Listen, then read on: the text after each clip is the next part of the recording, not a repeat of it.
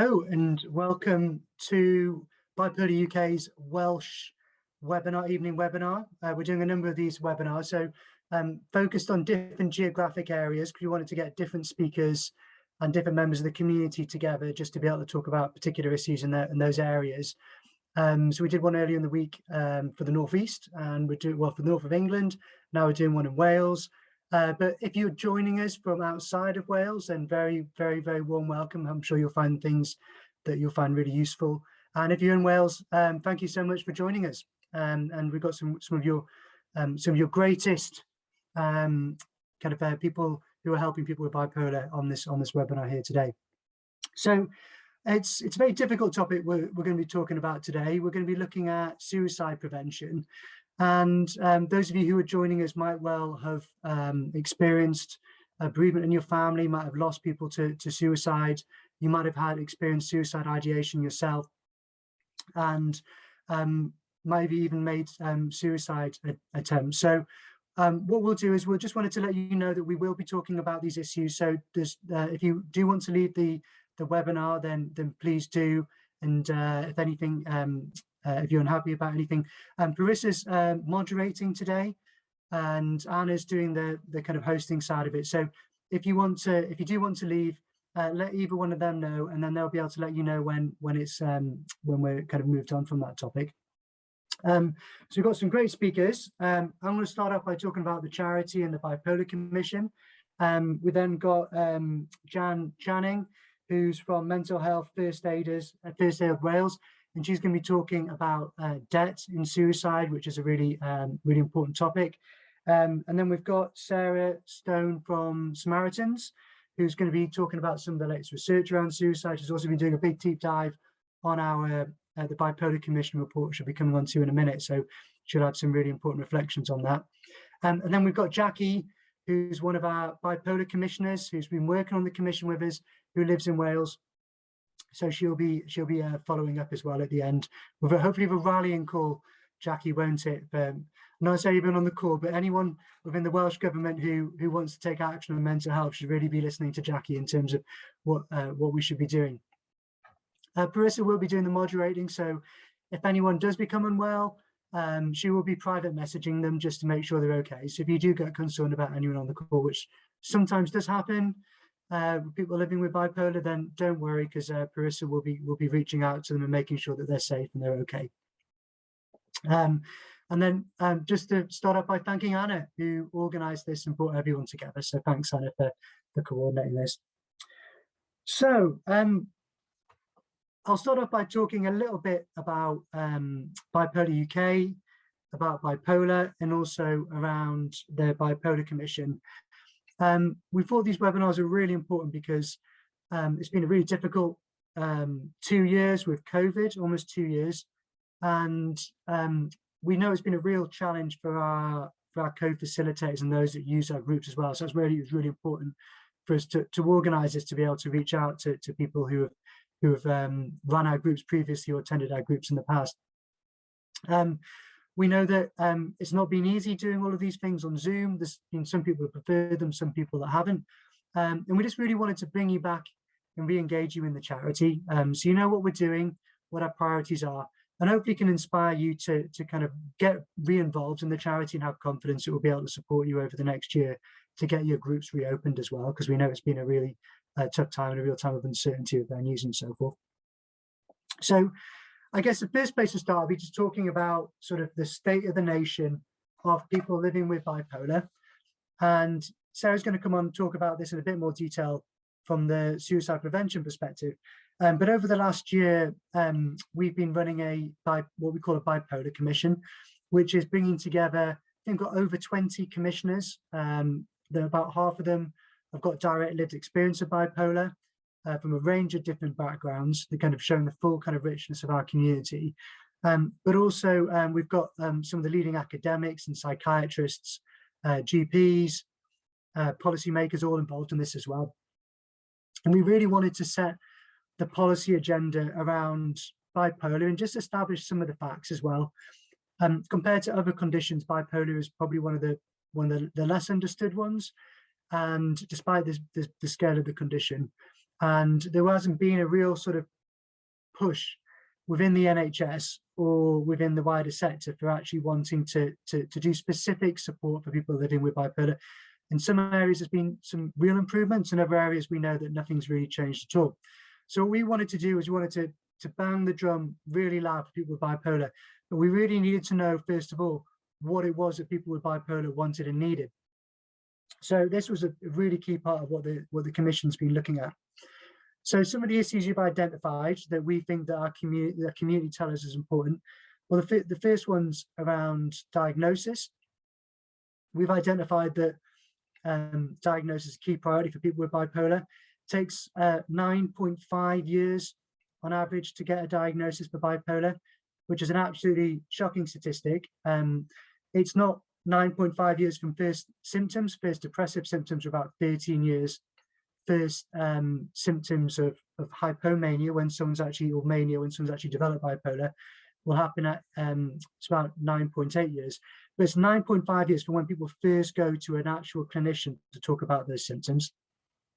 So it wouldn't be possible for everyone with bipolar to be diagnosed at this point, but for a lot of people, we know that they probably could have got a diagnosis at that point, or certainly started their journey a lot sooner to be able to get a diagnosis. And this is really shocking, and this is something which really needs to be dealt with. Sarah might be able to touch on hers. There's a massive suicide risk around people with bipolar and diagnosis. We know that for the people we talked to, the delay in diagnosis was one of the key contributors to people actually experiencing suicidal thoughts and even attempting suicide as well. So that's incredibly shocking, and that for us is need in itself for the government to really take action on this. But alongside that has a really devastating impact in terms of people's family life and their careers. And we found that people on average they were taking on debt. This is really great that Jan's here. They were taking on average of 10 grand of debt from the delayed diagnosis, from impulsive spending, or even just struggling to be able to pay their bills because they weren't able to work. Something that if they got a diagnosis sooner, they wouldn't have incurred, and so forth. People weren't able to, they were leaving universities, losing their jobs. They were saying that cost them on average about £30,000 in lost earnings. So it had a massive financial impact on people, and obviously that would have a kind of wider impact on the economy as well. But also had a really devastating impact on families, and leading to people getting divorced and family breakup. And all of these things, these experiences, these traumas, we believe as a charity, if people had been caught sooner and got the support sooner, then they would have been able to give them the support to be able to manage their bipolar, and their lives could have been completely different. We know it is possible to live well with bipolar. It requires a lot of support. Sometimes people just need to be on the right medication. Other people need to have better access to psychiatrists. But we do know that that it is possible to live with bipolar. And even if people have been struggling to live with the condition for 10 or 20 years, it's never too late to be able to start on that journey, because you never know, it might just be one thing that you do differently could be what helps you to live well with bipolar. So never give up the hope. So we think one of our key priorities as a charity over the next year is to boost diagnosis rates and to be able to reduce that delay. Anna's going to be hopefully she might be able to put it around on the link up today. We've got a petition which is live, which is if you haven't signed it already, please do, if you want people with bipolar to get an earlier diagnosis.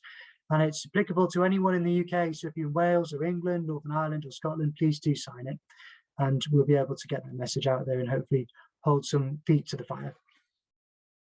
So the Commission's done its first phase. We presented some early findings at a parliamentary reception in October, and we're looking next at the next phase. We're looking at hospital care, post-diagnostic support, and then also at looking at the people's experiences in with physical health as well, which is one of the key challenges people face. We're looking to publish the findings next year on the 30th of March around World Bipolar Day in our little virtual conference, which we'll be announcing very shortly. One of the other shocking stats that we came out from the Bipolar Commission, which really inspires our work, we said about the kind of risk of suicide, but we were really shocked to find out that the extent to which bipolar itself is making such a massive contribution to the number of suicides in the UK. And we did a Delphi exercise on that, and it's not just delayed diagnosis, this is lack of treatment as well. And we were shocked to find that the best data out there suggests that at least 5% of all suicides in the UK are by people living with bipolar. And that's the people with a registered diagnosis. So it's only about 40% of people have a diagnosis. So we think that that figure is potentially about almost double that. So it's about 1 in 20 or potentially 1 in 10 suicides in the UK are of people living with bipolar. And that accounts to about 2 a day, which is a really horrendous statistic. It's worth saying the vast majority of people with bipolar don't die by suicide. So there's no inevitability, and I really hope that any of you coming away from this today will come away with a huge amount of hope that there's lots of things that you can do for you and yourself and your loved one, that we're doing lots of charity, but also you'll be hearing from Samaritans and from Jan as well, in terms of looking at what other practical support there is out there to be able to help you live well and keep yourself safe when you do experience suicidal thoughts. So that's a little bit of a scene setting for around like bipolar and what we're doing on the policy side. Just a little chat now about the charity. Those of you who've been involved with us for a number of years. It's been a really difficult couple of years, but we've been doing, it's fair to say we've got ourselves on a good, sound financial footing. We were really lucky getting some COVID grants in from Department of Health and also from Big Lottery and from some other funders. They were kind of one-off grants to help us through the last year. But what we're doing, and because of obviously a lot of generosity of our supporters, is we've decided to start to grow the charity on a gradual basis. So we're increasing the number of staff now who are working on supporting our support groups. So we've got Parissa, who's been looking after the groups in the south, and then we just recruited a new person to look after groups in the north. And our plan is to be able to get, eventually, I hope, and is to be able to talk to local funders and work in partnership with other organisations, hopefully in local communities, to be able to recruit staff in those specific localities to look after the groups.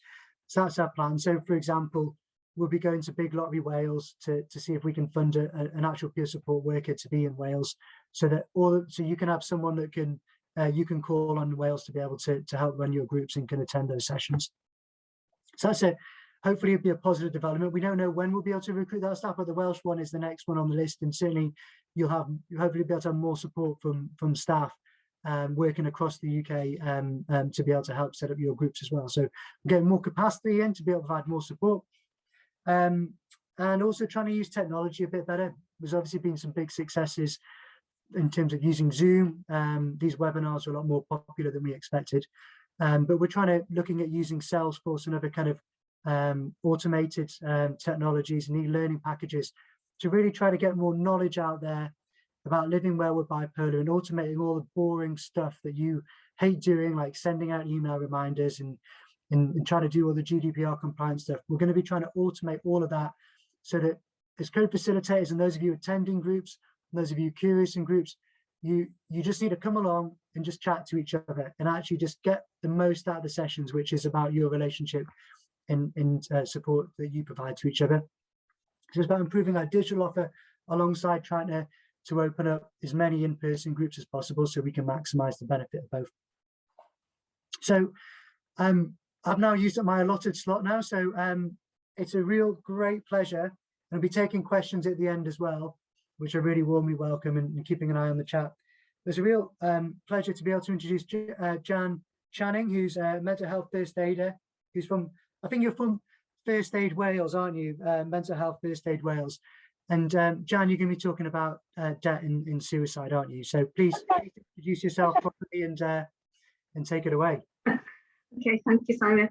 Well, I noticed you said you've got great speakers and then you've got me, so, you know. Yeah, as Simon said, my name's Jan. I work for an organisation called Mental Health First Aid Wales. My main role there is as a counsellor. I do the counselling for them. Thank you for the opportunity to come and talk to you about two subjects that I'm really, really passionate about, and that's suicide and debt. I've always been passionate about suicide. I was a Samaritan many, many years ago, which I absolutely loved. Then I trained as a counsellor. And obviously as a counsellor, I come across many people who are suicidal.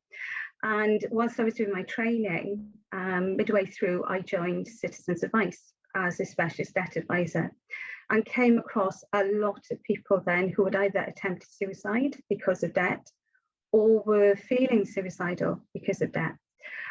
Whilst I was there, I was lucky I had the opportunity to train as an assist trainer, which teaches you how to look for the signs that somebody is feeling suicidal. So that kind of brought an added dimension, I guess, if you like, to my debt work. And it became apparent that there were a lot of people who were coming in who were suicidal, but no one knew because they hid it.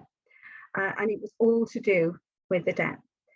And we know there's been a lot of studies that have established a correlation between mental health and debt. And we also know that people with poor mental health are likely to be less well off than people who are in work. And as if by magic, completely conveniently, there's an organisation called the Money and Mental Health Policy Institute, and they do a lot of research and a lot of campaigning around mental health and money. And they just a few days ago issued a report of some research that they'd done, which is fascinating. And they found that last year they looked at people with mental health problems during the pandemic last year. And they found that 44% of people they surveyed, around about 5,000, just over 5,000 people, that 44% of those people had actually thought of suicide or had attempted suicide because of the debt. And 58% of them with debts more than 30,000 had actually considered suicide or attempted. So, you know, if you think about people with multiple debts, and we know that people with multiple debts are at a higher risk of suicide, but 58% of people with more than 30,000 pounds worth of debt had thought or attempted suicide. That's a massive, massive number. And I don't do debt advice anymore, but as an advisor, it's absolutely, I think, vital to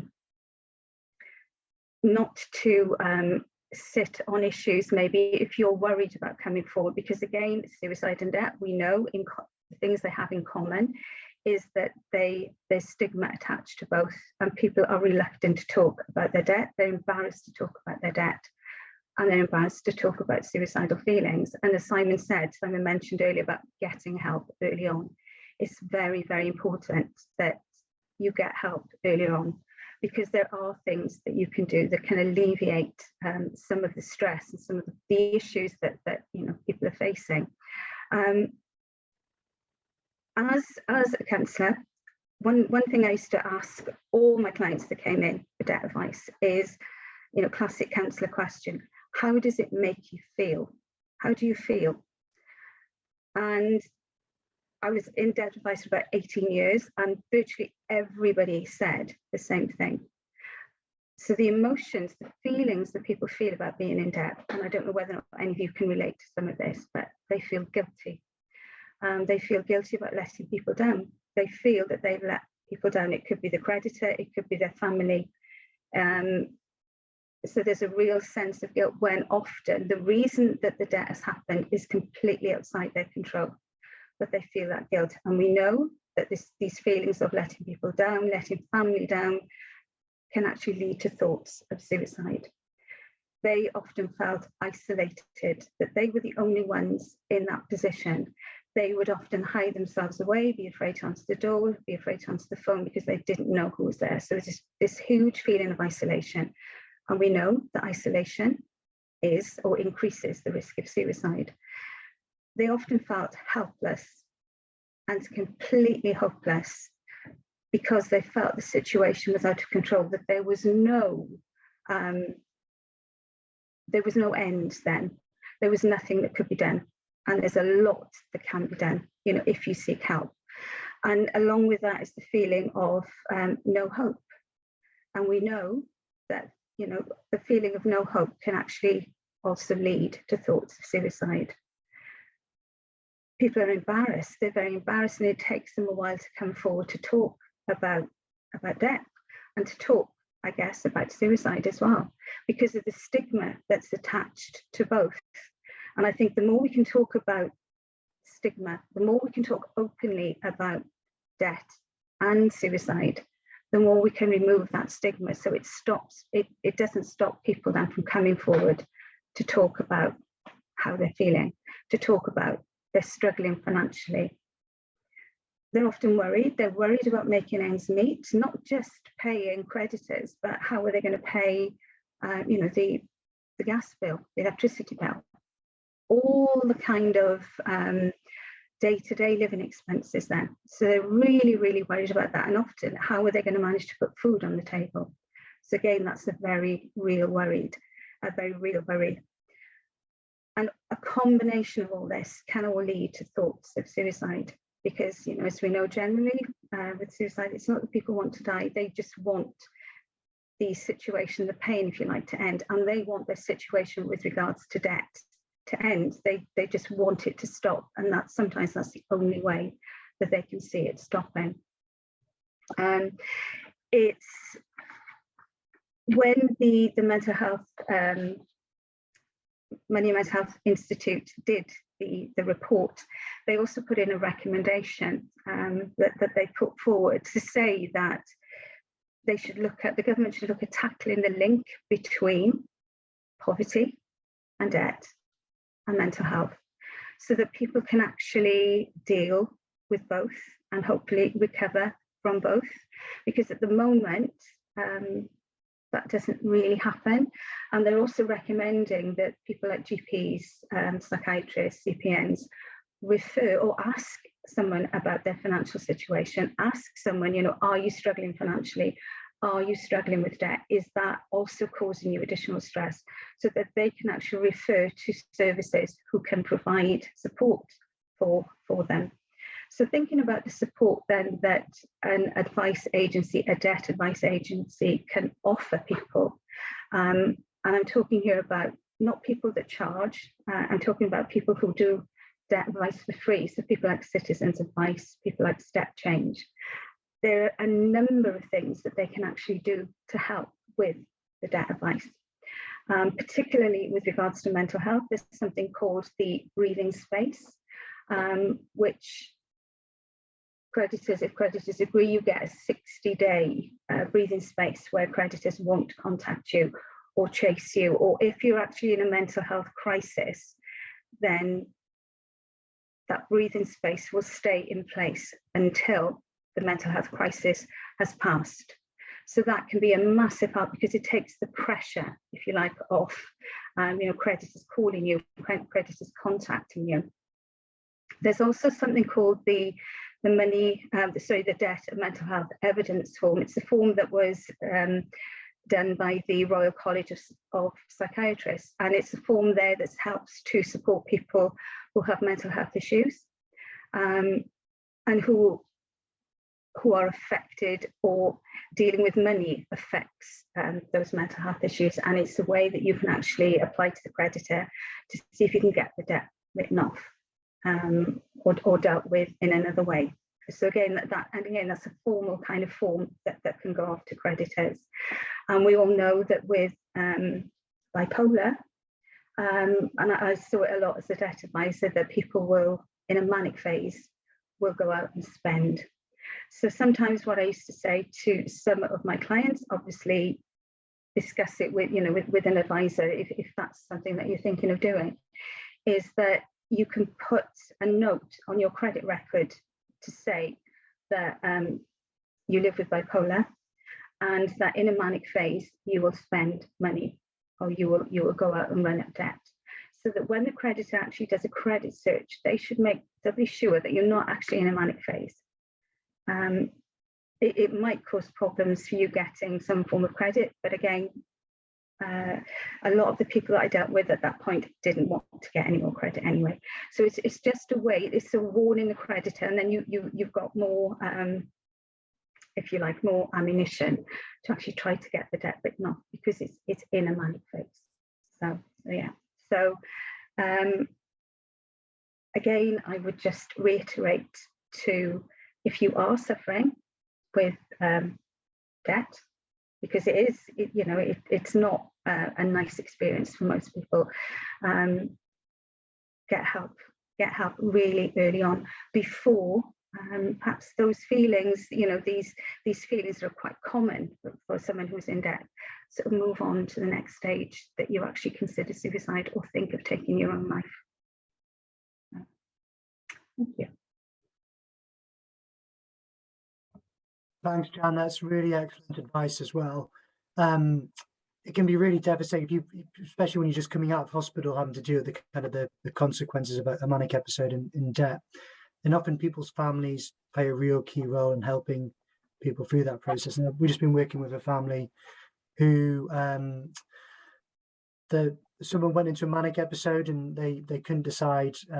They went and bought basically 2 cars on finance.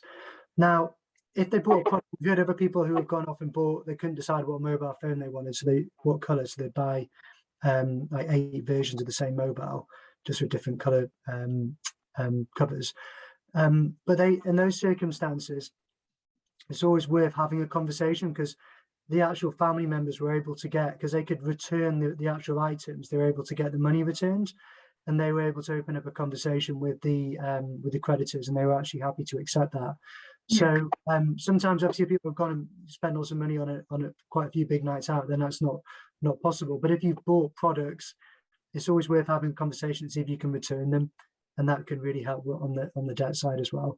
Yeah, and that's most creditors will have a policy on how to deal with vulnerable customers, particularly around mental health. So, yeah. And it kind of is. I understand, Jan, that it kind of is, there's quite a lot of discretion as to what a creditor can and can't do with someone's debt. So obviously this is the money evidence form. Is it the mental health evidence form, isn't it? The debt and mental health evidence form. That's it. Yeah.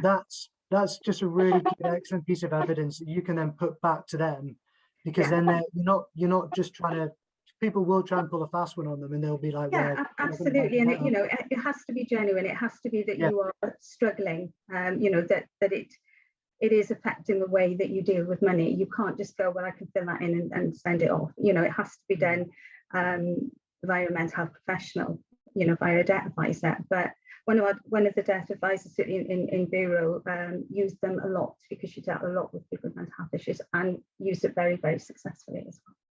So it's always worth, it's really is worth getting proper advice. Yeah, no, it can make a big difference, can't it? And it's just not to give up hope.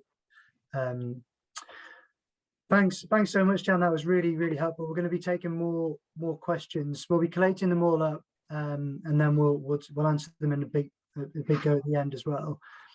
So Jan, if you stay on the line, that'd be fantastic, because I'm sure people have more questions. Now, Sarah has said there's some really devastating stats around suicide and bipolar. And one of my personal connection with bipolar was, I never got to meet it, but my brother-in-law had bipolar, and he completed suicide.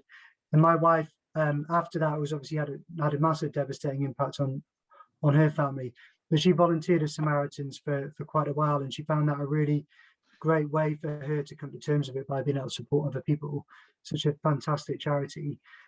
Sarah, do you want to kind of share some of your insights from reading through the research, and also just the important work that Samaritans do?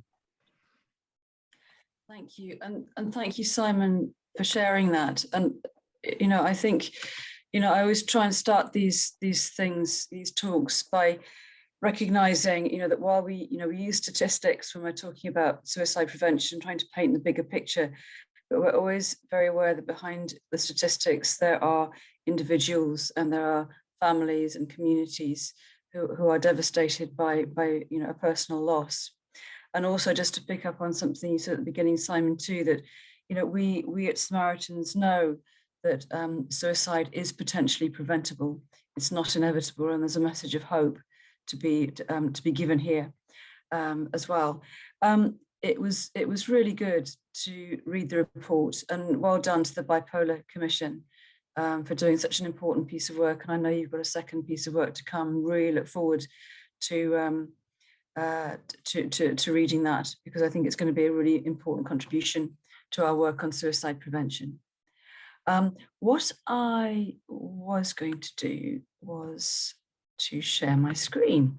So I'm going to have a go at that. And screen sharing is disabled.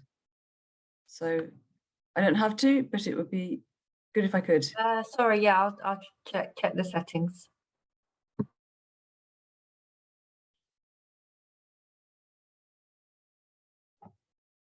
Thanks, Sarah, for your very kind words as well. I just see you posted that in the comment section.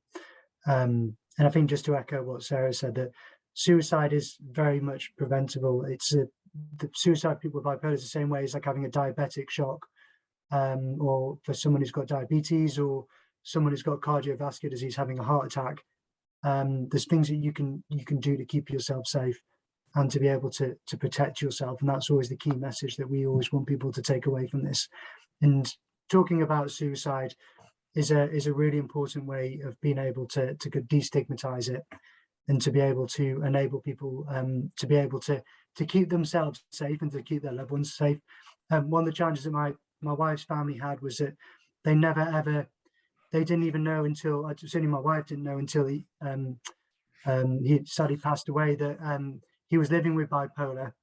And so they weren't able to provide the support, and they didn't know that he was at high risk because of it, of having bipolar. And if they'd known that he had bipolar, they would have been able to support him a lot better and to keep him away from means and so forth. So that's why I think diagnosis is important, and to be able to have an open conversation about suicide, but also to be able to make sure people to really tackle the stigma, as Jan said, about debt, but also around the stigma around bipolar, which is so important, that anyone who gets a diagnosis is really private. But if people shouldn't be able to live in a society where people should at least be able to talk to their families about it, and to be able to know that their families can access support as well to help them. So Sarah, I think you're now the temporary host, so you now can do share screen. So thank you, Simon. Take it away now. Thanks, Sarah. So I think I should be sharing the screen now. And what I need to do is, sorry, just to,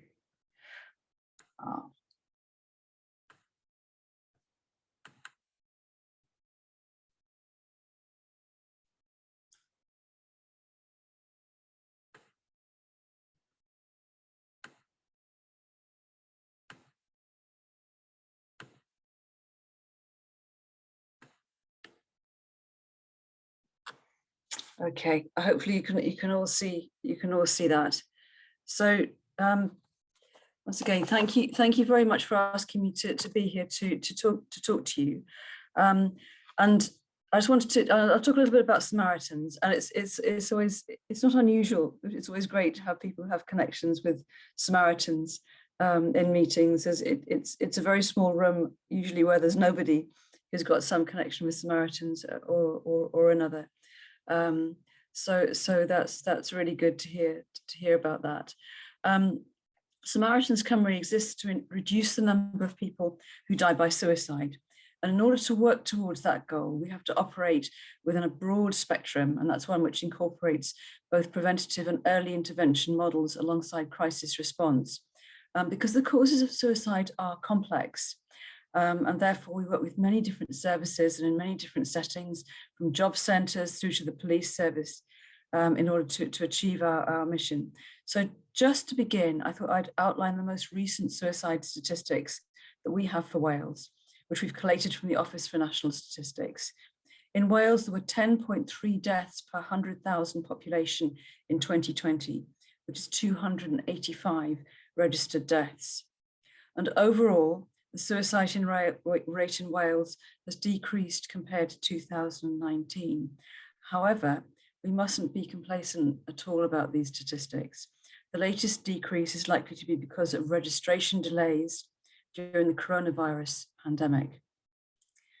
Based on the most recent statistics, we also know that the suicide rate for people aged 50 to 54 in Wales has increased by 11% compared to 2019. And based on the 2020 figures, men are 3.9 times more likely to die by suicide in Wales than females.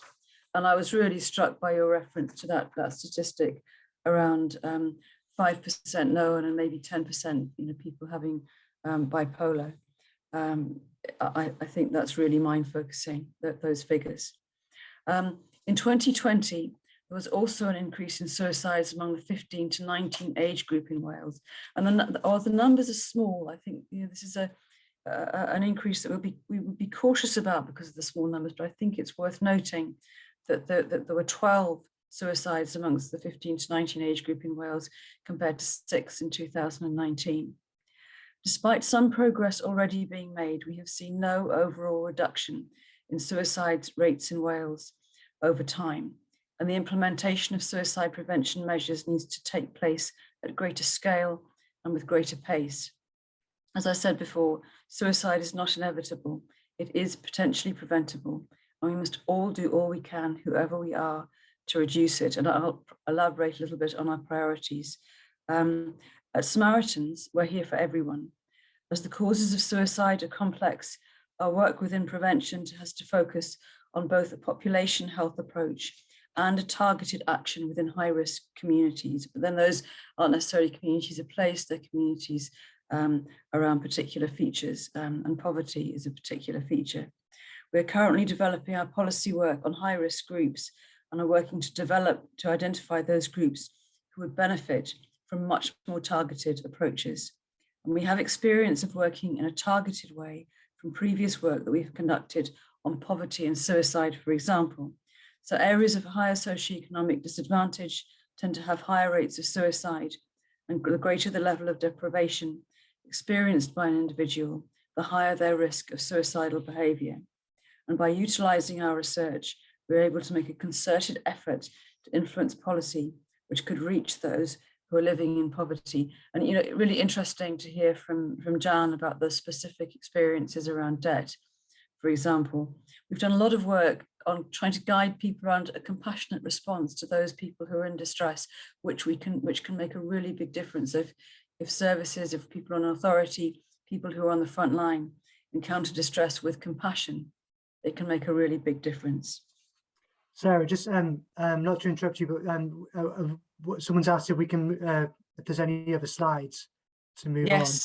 No, cool. So there are. That's fine. If that's the way, and, I think people are just wondering if it got stuck. But if that's fine, if you're going through it, it's perfect. Don't worry. You keep on going, Sarah. I've got 4 slides. Okay. So there'll be another 2 after this one to come. Okay. No, that's absolutely fine. No, sorry. Right. You keep on going, Sarah. We want to sort of try to minimize the number of PowerPoints that you're having to deal with. So okay. So this is to continue. So our policy and research team are constantly collecting information on suicide risk and various high-risk groups. And based on the early findings from the Bipolar Commission, which you launched in October, and which is a really important piece of work, we've noted some key links between bipolar and our own work, which I'll just outline here. So there's this point that you made earlier of an average of 9.5 years between first contact with health professionals about bipolar symptoms and getting an accurate diagnosis. A really shocking figure. 75% who said they experienced an increase in suicidal thoughts because of that delay, and 40% reporting a suicide attempt. And the delay in diagnosis, which you linked to a number of reasons, but most pertinent for us was stigma, again, which came up earlier. People not presenting severe symptoms to primary care and lack of access to mental health services. And the conclusion was that highlights the need for early intervention. So there are many elements of your early findings which chime with much of our own work on suicide prevention. And firstly, of course, we're very concerned about the delay in diagnosis here and the link to suicide risk. Within our own work, we know that there is a major issue in accessing timely support within mental health services. And we did a recent report on self-harm in Wales, which was called the right support at the right time. where we found quite similar findings around people not presenting with severe enough symptoms and within self-harm thresholds for help were widely experienced and understood to be too high. So people need to access therapies such as DBT early on and not have to wait until their self-harming becomes serious enough to meet current thresholds. And that's clearly linked to other health conditions as well, and other mental health conditions, and the current state of play does cause us concern. So the need for early intervention, I think, is a key one, and again, something that we can do something about. So over the past 5 years, a major focus of our work has been on the new curriculum in Wales and the need for better mental health education.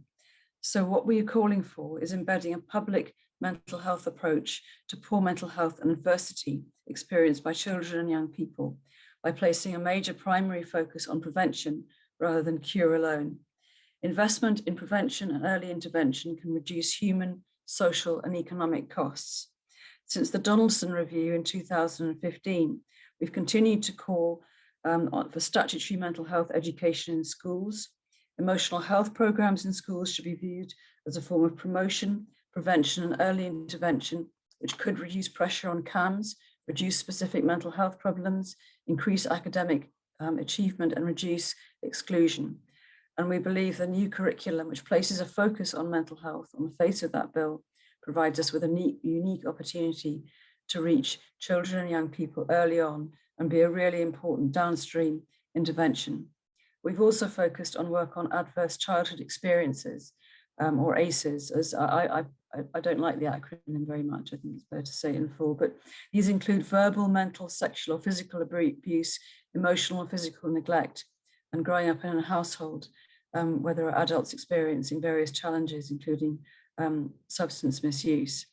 So Public Health Wales have produced a number of studies on this, and the first 2016 report they produced indicated that 47% of adults in Wales suffered at least one adverse childhood experience, and 14% suffered 4 or more. So a history of those issues can underpin a whole range of detrimental behaviours, which can begin in adolescence and carry on later in life, which include poor educational attainment, criminal behaviour, mental illness, and suicidality. And perhaps most significantly here, people who experience multiple adverse childhood experiences often are trapped in a cycle where that continues into the next generation. And the point of this, and the point of talking about cycles, is that we can make interventions which can break them. And I think this is the major point around looking at public health and looking at those sorts of early interventions. So another study found that from Public Health Wales found that compared with most people with no adverse childhood experiences, those with 4 or more were 3.7 times more likely to be receiving treatment for mental illness, and 9.5 times more likely ever to have felt suicidal or self-harmed. So I think that really shows us how much is at stake in looking at this more broadly. So with this in mind, it's clear that investment in adverse childhood experiences as a form of early intervention is crucial. And understanding and improving the understanding that young people have of emotion, of becoming much more emotionally literate through really good programs in schools is one thing that we can do. Another thing that we also looked at was school exclusion and finding ways of mitigating that. And we brokered some really exciting, good conversations between different schools around how to keep young people engaged in the school community and to try to keep that sense of belonging, because we know that lack of a sense of belonging is a major issue around suicidality, around rumination. And it's something that there are sort of points, I suppose, at which we can make a really big difference. So in order to just sort of summarise really around our priorities areas and what we're calling on the Welsh Government to do. So what we're calling for is for all schools to have a structured and effective approach to emotional health and well-being, to mitigate poverty and its impact on individuals and communities. And we've called for an anti-poverty strategy in Wales, to promote sectoral collaboration to mitigate suicide at high frequency locations. So, particular places where there are issues and people might go and where we might have signs and so forth, to prioritize self-harm and to ensure the continuation of a resourced national strategy and action plan for self-harm prevention and suicide prevention here across Wales. So I hope that's been helpful in setting a bit of context, and really happy to take questions or any points you might have either now or later, Simon. So if you want to take back hosting control, please do. And I'll see what I can do about unsharing my screen. That's fantastic, Sarah. Thank you. And I thought it was really interesting saying about working with kids in school, and also around breaking the cycle, because we know bipolar is a high level of heritability, and a lot of that's linked to like people's childhood trauma as well. So could have an impact in terms of people that not developing bipolar to the same extent as they get older. What you're just talking there about schools, it'd be interesting to know whether what you think of the level of awareness of like different mental health conditions are within schools, and whether bipolar is included, and whether you could advocate for it being included potentially. So I think there's two aspects to awareness around mental health in schools, and the quick answer is it's really variable. There are schools which are really great at this, and I've been to some of them and talked to the teachers, and know that there's a huge amount of work going on to create safe spaces, for example, to run lessons, use really good resources, and there are other schools which really struggle with that. I think, and I know that, for example, Mind Cymru have done a lot of work. They've had sort of pilot programs around awareness about mental illnesses, around awareness of early intervention and effective referral to CAMS and counselling and so forth. So I think educating young people around those things is really important, and I think they need to be much more systematic, so that it's not just a question of schools which have for different reasons have a particular interest in those things. And the other thing is talking about distress and emotion more generally, and that is really important too. And one of the things that we've campaigned really hard on in Samaritans, and we have our own program called DEAL, which stands for Developing Emotional Awareness and Listening. So it's talking to what the mantra that we use is kind of every child in every school should have an understanding about, naming emotions, knowing the things you can do to affect how you feel, positive things you can do to affect how you feel, understanding the things that help resilience, talking about anger, sadness, gaining a repertoire, if you like, a kind of range of understandings of emotions, and discussing that in classes. So I think both those things are really important. The new curriculum offers the opportunity to do that. There's a whole school approach, but we need to see that translated into action. So, we need to we're sort of at the beginning of something, but there are some great schools doing this and great examples that we can build on too. That's fantastic, Sarah. Thank you. We'll come on to the questions in a minute, but I think it'd be really good to hear Jackie. Hi, Jackie. Do you want to give it your perspective from the Commission, and also just what you think the Welsh Government should be doing? Yeah, this is a very personal account, and I'm so proud to be at this Wales event today and publicly say I have bipolar, and I hope to give you kind of a bit of my bipolar story. It's been quite harrowing listening to some of the what's been said, but I think you can live a good life and you can live well with bipolar, and that's the message I want to give. But I want to say something about my story.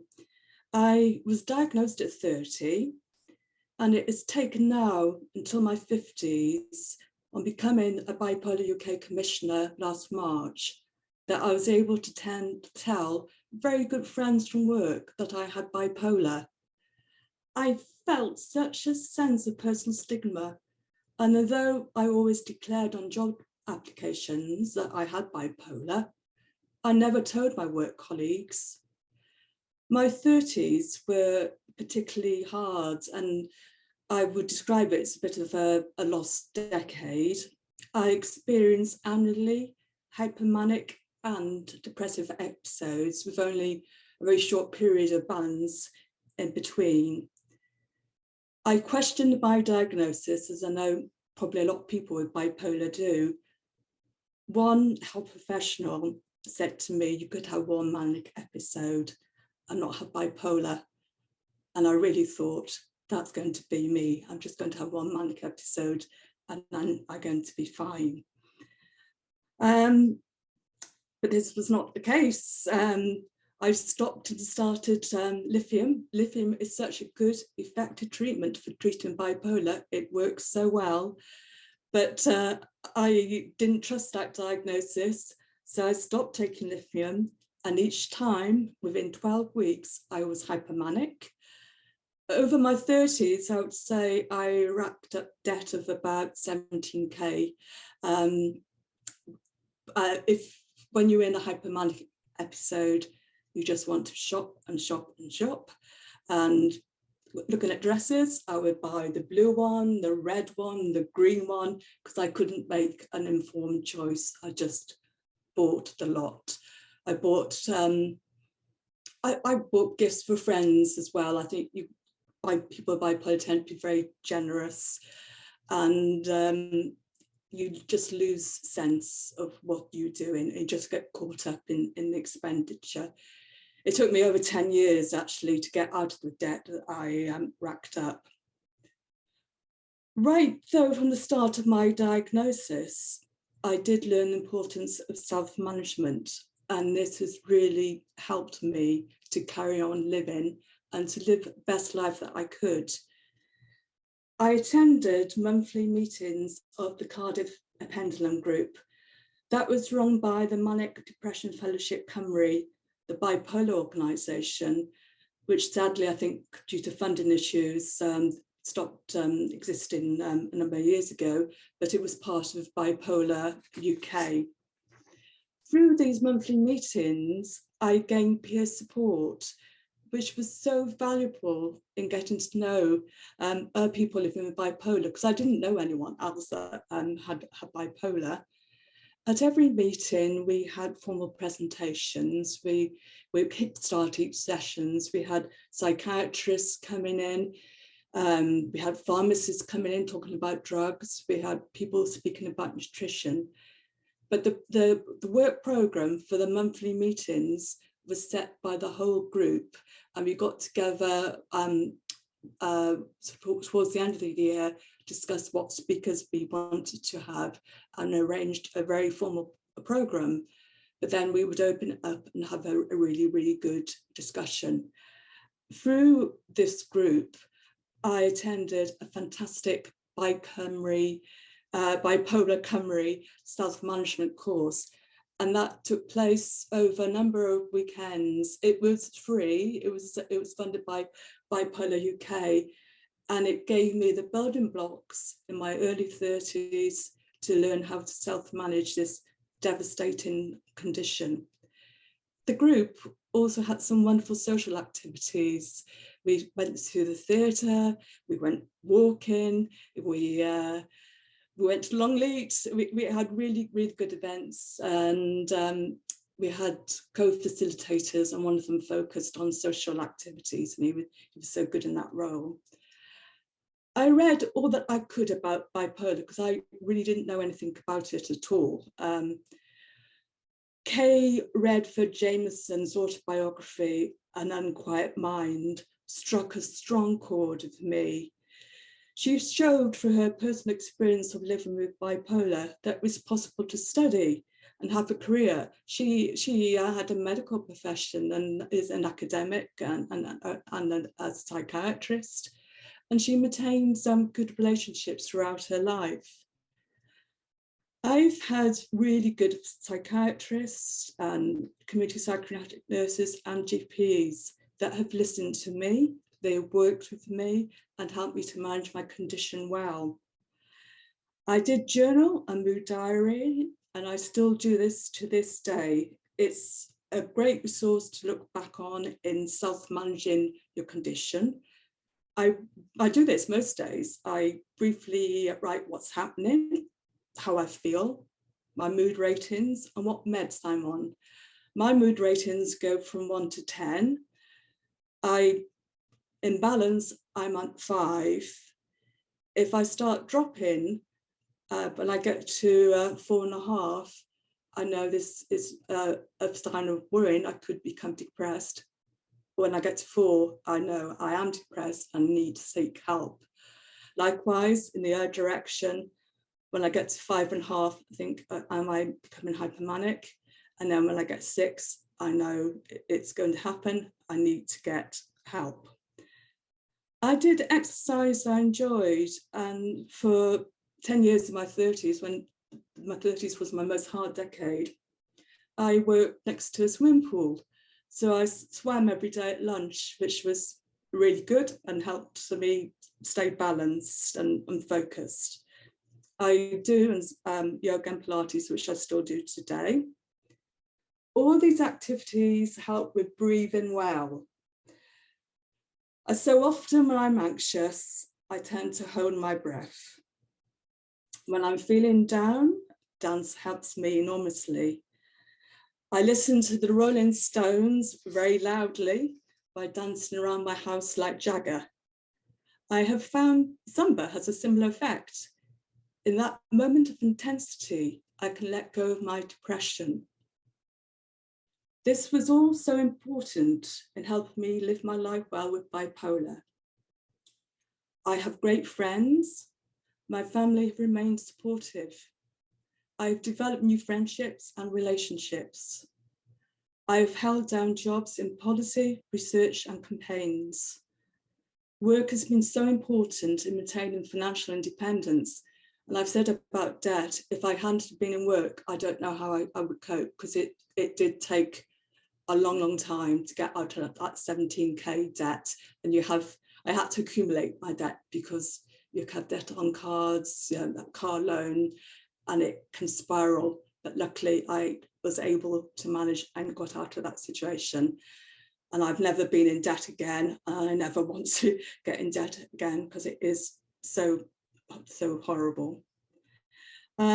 Work has also been something I've enjoyed, and I tend to have done jobs that I find quite rewarding. I said I work in campaigns, and I try for my work to make a positive difference. And that's what I like about the Bipolar Commission, about making a positive difference to people's lives.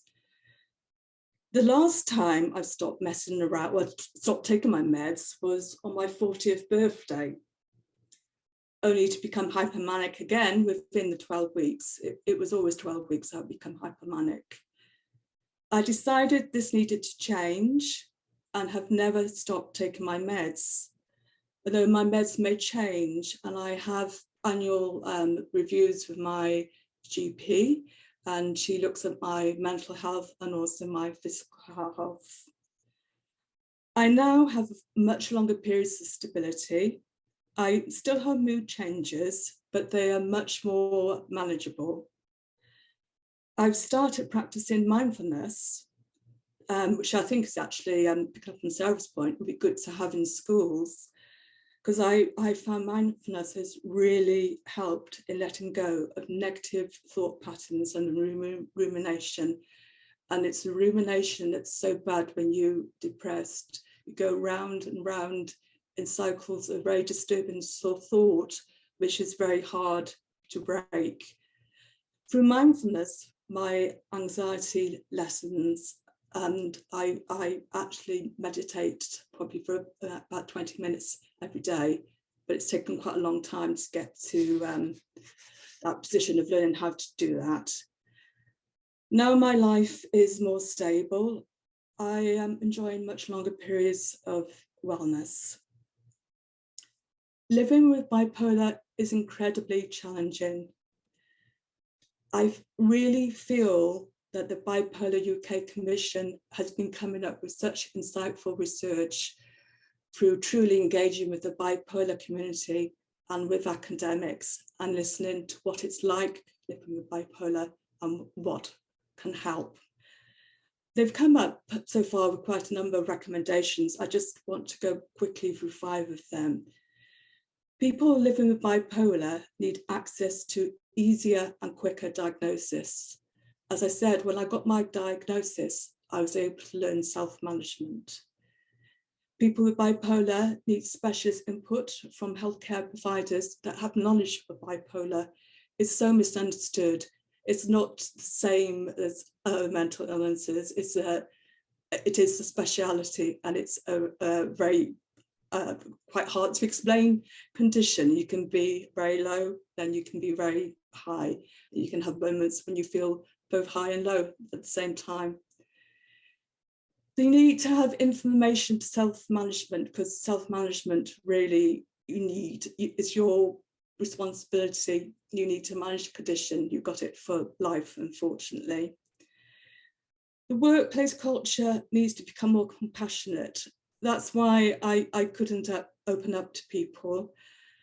I was very aware, this was the research that was done when I was in my 30s, but I think it's still true today. 40% of managers stated they were less likely to employ a job candidate with bipolar. That's why I kept quiet in the workplace. And the narrative around public perception of bipolar needs changing to reduce that stigma and encourage tolerance and understanding and compassion to people living with bipolar. People with bipolar need such support to live well, and it is a very difficult condition, but people can live good lives and manage this condition well. And finally, I come from a campaigning background. I want to call on the Welsh Parliament, public service boards, which we have in Wales, local government through the Welsh Local Government Association, health boards, the third sector, to take note of the research findings of the Bipolar Commission and to develop funded action plans to ensure that the very good recommendations coming out are acted on, and with plans that go, I would say, for about 5 years, because it takes a long term intervention process with that funding provided. Perhaps in Wales, this could be done through the regional public service boards. These are very important partnership bodies in Wales, which develop and fund locality wellbeing plans. We have the legislation in Wales, the Wellbeing of Future Generations Wales Act 2015, which is an enabling legislation which sets up these very important public service boards, which have the third sector, the health board, the police, the local authorities all on. They all have funding, and they can provide funding to put into mental health. Many, many years ago, I was working around a local service board in a job I had. These were the forerunner of public service boards. I put in a successful bid to do work around promoting positive mental health, which led to very good mental health first aid training being rolled out throughout the borough I was working in. At that time, although I was working with health professionals, I did not have the confidence to say I have bipolar. And I'm so pleased today to say I now have the confidence and can talk openly about it. Thank you. Thanks, Jackie. You've put so much there. Thank you so much for sharing your story, and also just some really great advice on living well with bipolar, like really practical stuff there around a little self-management toolkit there, which has lots of different components on, and trying to make it as pleasurable as possible. It's really, as you said, it's a really devastating condition living with bipolar, but putting stuff into that routine, like the swimming, the meditation, friends and family, like all of the stuff that you could do to live well with bipolar, doesn't mean that you shouldn't not live a happy life and be able to lead a really fulfilling life. I think that's a really important message. And great as well with the for plugging the recommendations as well. I mean, the stuff we're asking for is just so simple. I mean, compared to any other condition, the idea that you just want someone to have a named psychiatrist, get a diagnosis, be able to get access to some peer support, be able to just get the basic advice on how to self-manage. I mean, it's a bit like someone going to a doctor and being diagnosed with lung disease and no one telling them to stop smoking. I mean, it's that level of advice, and a lot of the stuff that people can do, like just they wouldn't even know that, like careful life planning, like don't try and change jobs and move house at the same time, or start a new relationship, or make sure you get enough sleep, which is a really vital thing. All of these things, they don't actually cost necessarily more money, but if you get that knowledge out to people, they can just start to take control of their condition and of their lives as well. But I'd love to come down to be able to have some conversations, Jackie, with some of the public health boards, and I think it's a really great opportunity to be able to get. We should let's see if we can use some of your magic to be able to get some more resources to be able to set up some more groups in Wales, because that'd be absolutely amazing. It's good to pilot things in Wales as well, because Wales is a small country, so piloting interventions are a great way forward in Wales. No, it'd be a great place to pilot. And it's also got one of the world leading research institutes for the Centre for Mental Health at Cardiff University. Professor Ian Jones and the team there at Cardiff are some of the world experts on genetics and bipolar, and also around self-management. So Wales has got a really good track record. So we're coming towards a Q&A session. I think we can share some of these out. But some really great questions have come up.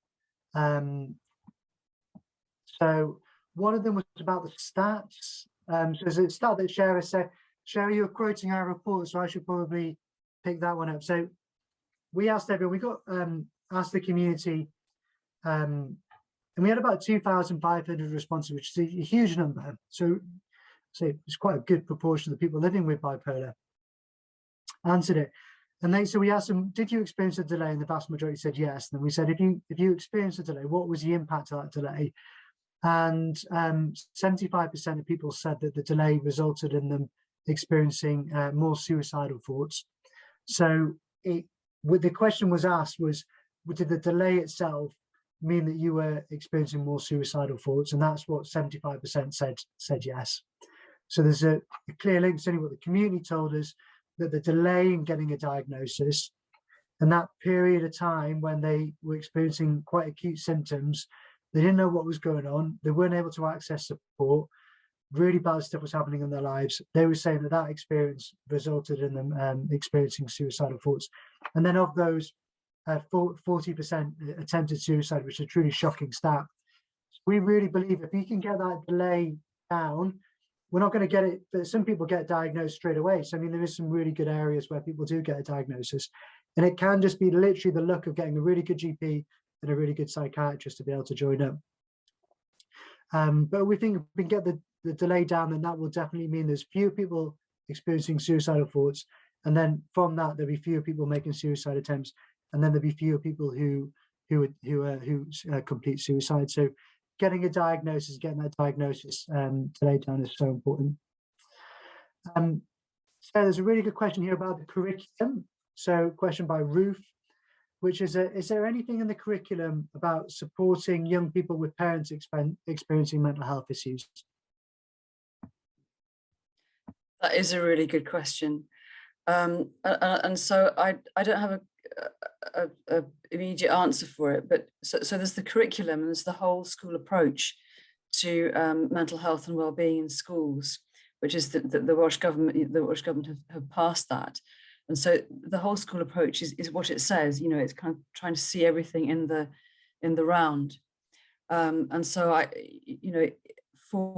would have thought that within that, young people who are at school, who have parents with mental health problems, and upon whom that is weighing, you know, and affecting them as young people, should be encompassed within that approach. The idea of the whole school approach, it's kind of a whole community approach, really.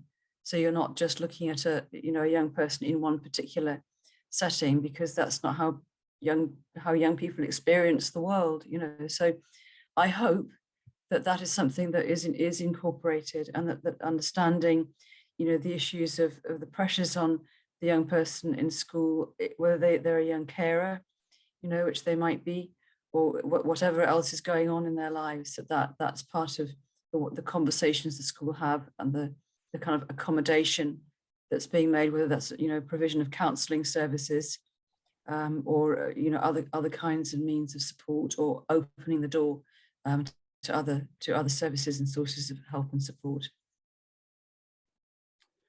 Thanks, Sarah. That's really helpful. And certainly we would always say it's a question that comes up a lot. Parents with bipolar, they will often feel a huge amount of guilt, and we've done webinars on that in the past.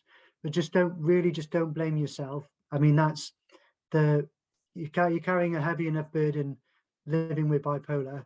It is really difficult, and it does have an impact, but it's not your fault. And kind of not feeling that, it's an easy thing for me to say, but certainly not trying to blame yourself for having bipolar and the impact that has on your children will make it easier for you to live with a bipolar and make their lives easier as well, because it just adds that extra level of burden that you have to deal with as well. And it's a lot of the self-management with bipolar is about things kind of building up. So we said two examples there. So you've got, Jan was saying around the debt, being able to being basically kind of weighed down by debt. But equally, some of the examples that Jackie gave, it can be with the manic side, it can be something good happening, and then something kind of can reinforce that and triggering, like your 40th birthday, Jackie, and then with medication as well. I mean, so it's about trying to keep that moderation by being able to try to lift the burdens that you've got, that you're carrying, and then also, I guess it's, for want of a better term, just be mindful of not trying to get too excited or trying to have too many good things happening at the same time. So we find for a lot of people, we found from our research, going on holiday was a trigger, getting married, going on, like getting a promotion at work. And it's like, all of those things are things that should happen in your life, but it's trying to plan your life in the best way possible, that they're not all happening at the same time. Is probably the best way that people with bipolar tell me is the best way that they plan their self-management. So some really important stuff there. There's been a couple of questions about medication. I'd say there's only two experts on bipolar medication: doctors that prescribe it, and there's the people that take it. So would always recommend, I mean, I'm not a clinician, no one on this call is a clinician, do go and talk to your GP, talk to your psychiatrist. I mean, I would say there's almost like an infinite number of combinations of medication and dosages that you could take to manage your bipolar, and your physiology will change as well. So something that might work for a long period might certainly not work in about 5 or 10 years time. So medication reviews are really, really important. There's people who said, as Jackie said, a lot of people, about a third of people react really well to lithium.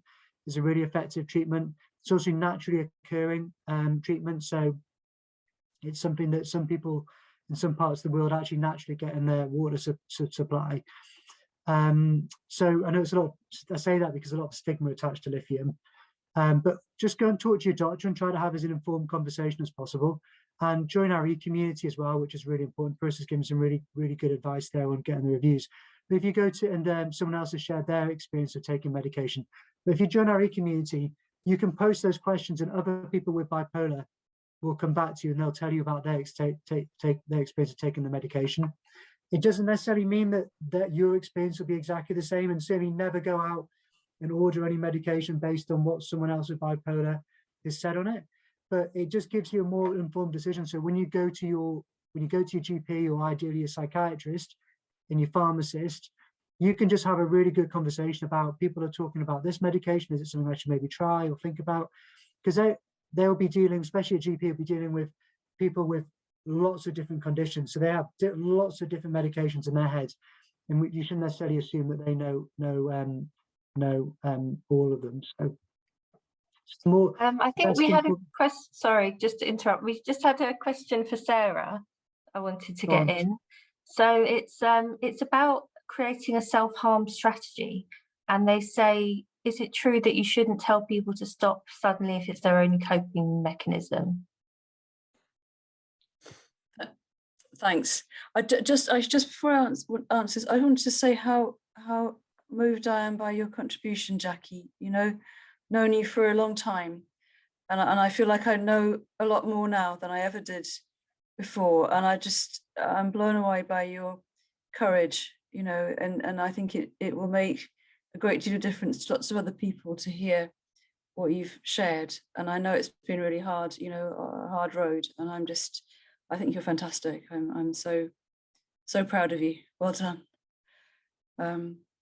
On the specific question around the self-harm question, we've got a report actually, which if you're interested in what we have to say, it's I want to say it if you just Google Samaritans Cymru self-harm report, you'll get to it. And we've done similar things for other parts of the UK. So the you know, the report recognises specifically that self-harm can be a response to trauma, and that it's not just a question of saying stop it, you know, and that for some people, and in fact it's, you know, it's a very simplistic, you know, response to that because of the coping mechanism that it can be, of the way of channeling pain, you know, and so there are a number of suggestions that we have, and people are very, we involved a number of people with,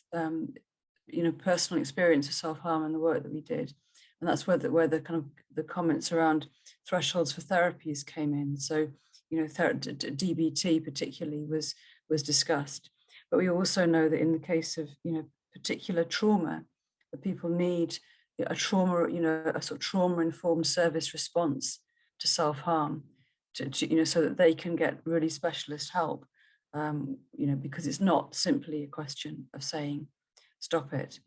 But it is a question of people having access to support, to therapies, and to alternative methods of coping. And, you know, there's a fantastic organisation called Heads Above the Waves. I don't know if any of you have ever come across it, but it's run by people who have experience of self-harming. A lot of them are quite young people, and they put quite an emphasis on creativity as a way of channeling feelings, but be that through you know, visual arts or other kinds of finding ways of self-expression. They've got a great website around that. So you know, we in our report are talking about a range of actions that can be taken to help to move people away from, thank you for putting their Heads Above the Waves link up there, away from self-harming because of the risk that it poses. And even if self-harming is done without suicidal intent, it still comes with a significantly elevated risk of suicide. And so it's, you know, it is a really concerning thing, and something that we want, you know, we want the responses to be much more effective. We want stigma about seeking help to be much less. Stigma is a really significant issue around this. Sorry, can I just say, so I don't know if people are aware, but Welsh Government have actually issued a guidance document on dealing with young people who self-injure or are suicidal. So that might be an interesting kind of document to look at. Thanks, Sarah. Thanks, Jan. And do we have any other questions at all? We've just got one. You go, Anna. You ask the questions. Go on. We just got one for Jan, I think, which is, where can we get the death and mental health evidence form? You can download it from the internet. If you go on to places like the National Deadline or Step Change, you can actually download the form from there, but make sure you're downloading the latest one. I think it's version 4. So yeah, so you can get it off the internet from the website of debt advice agencies, but it has to be filled in by a medical professional. Thank you. Jan, does it have to be their GP or their psychiatrist, or can it be any medical professional? It could be a psychiatrist, it could be a GP, it could be a CPN. Yeah. Cool. That's great. Any other questions at all? Any tips for what debt advice agencies can be the most accessible? When you say to be more accessible, do you mean less waiting times, easier to reach? Is that what you mean? just wonder what, more accessible, what do you mean by more accessible? Emma, do you want to help on that? I'm just reading out the question from Emma. So I presume it means that more people can access it, that kind of a level of advice.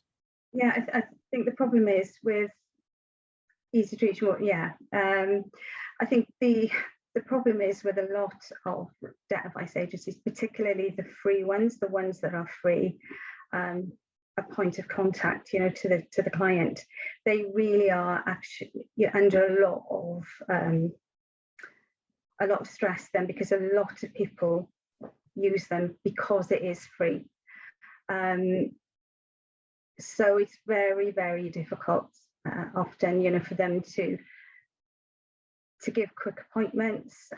They usually work, most of them will work on a triage sort of situation when they will look at if there are any urgent debts. So, they work on the basis of priority and non-priority debts. So if somebody's about to lose their home, or if there's enforcement agents involved, so bailiffs involved, they will be seen or dealt with pretty quickly, because there could be an issue there about losing goods or about losing a home or whatever.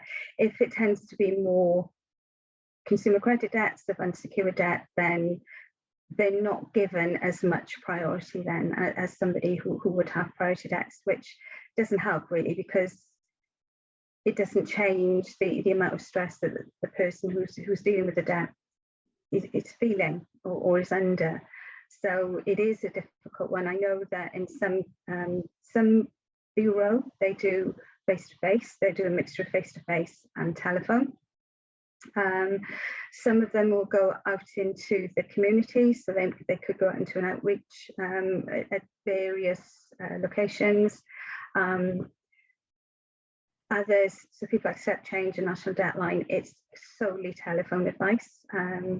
Some people prefer it, some people would rather face-to-face, and I think a lot of people with mental health issues would actually prefer face-to-face, because they get that sort of personal contact rather than that, if you like, almost like a distance kind of thing when it's on the telephone. And I know sort of Cafe Bureau, where I used to work, they do a lot of appointments now via Zoom, so you can actually speak to somebody. Well, it's not Zoom, but it's the equivalent of Zoom. So yeah. But it is difficult, and I think what's going to happen is certainly what they are forecasting. The Money Mental Health Policy Institute forecasting is that probably there's going to be a greater demand for debt advice as we come out of the pandemic, and as the results of people struggling financially, people losing their jobs, people becoming more unwell, that there's going to be a greater demand for it, and it's quite difficult to keep up with the demand, I think, as it is. The demand will always outweigh the supply, which is sad, but yeah. So I don't know if that's answered your question, Emma, but yeah. Thanks, Jan. I know that we as a charity can be a lot more responsive, so thanks for those of you who commented earlier about not getting a response. We're hopefully getting up to speed now, so poor Parissa was doing a lot of it by herself previously, so you'll probably should get, if you email us now, you should get a faster response, it's fair to say. I don't mind saying that, like, chiming in as someone. No, please do. Support groups. No, we can only apologise. There has been like a massive backlog of emails as well, but we have more capacity. Like Simon said, for a long time it was just me kind of keeping everything afloat, but we now have some new wonderful team members, so all emails will get responded to. So I just thank you for your patience, and yeah, really sorry that we haven't been in touch as quickly as usual. Thanks, Simon. No, it's a real pleasure, and hopefully we haven't put you off working with us as a charity, because we'd love to have all of our volunteers back and to help us rebuild after COVID, which would be really amazing. So we're coming towards the end now. I think there's no more questions have come in. I don't think have we missed any questions, Anna? We answered them all?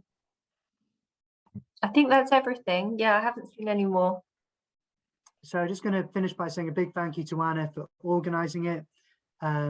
Big thank you to Parissa for doing the moderating. Thank you, Sarah, for your wonderful presentation. Thank you, Jan, for yours, and thank you so much, Jackie, for sharing your story and really inspiring us. And thank you so much for the very kind words about the about the Bipolar Commission. I know by working together on it, we're going to be able to get a huge amount done, aren't we? Transform the lives of people with bipolar in Wales. Let's make it happen. And I'll leave everyone for wonderful evenings, and thank you so much for joining us. And I really do hope you join us for future webinars. Thank you. Thank you. Thank you. Thanks very much. Thank you.